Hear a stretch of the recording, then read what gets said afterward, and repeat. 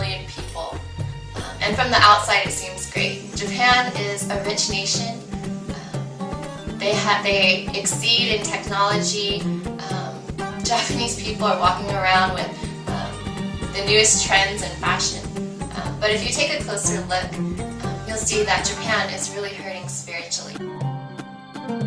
Last year, there were 42,845 suicides.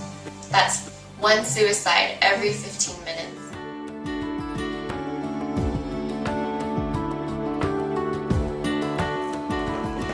Konnichiwa! I'm sitting here in my apartment in Tokyo, and I'm excited to be sharing with you a little bit about my experience in Japan. I am not wearing any shoes, and I am sitting on the floor because that is how we roll in Japan.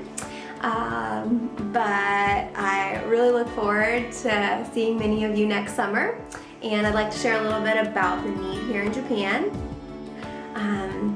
Definitely, without a doubt, I was drawn to come to Japan because there was a tremendous spiritual need. I'd say the greatest need is just for people to come and reflect the love of Christ here.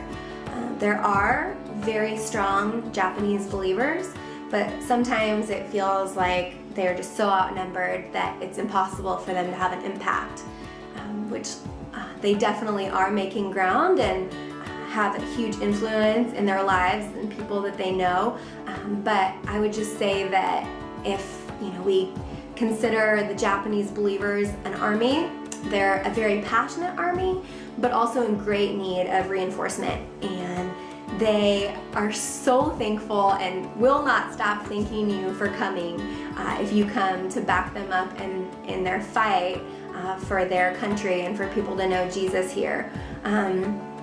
Yeah, the culture is pretty void of any spiritual background.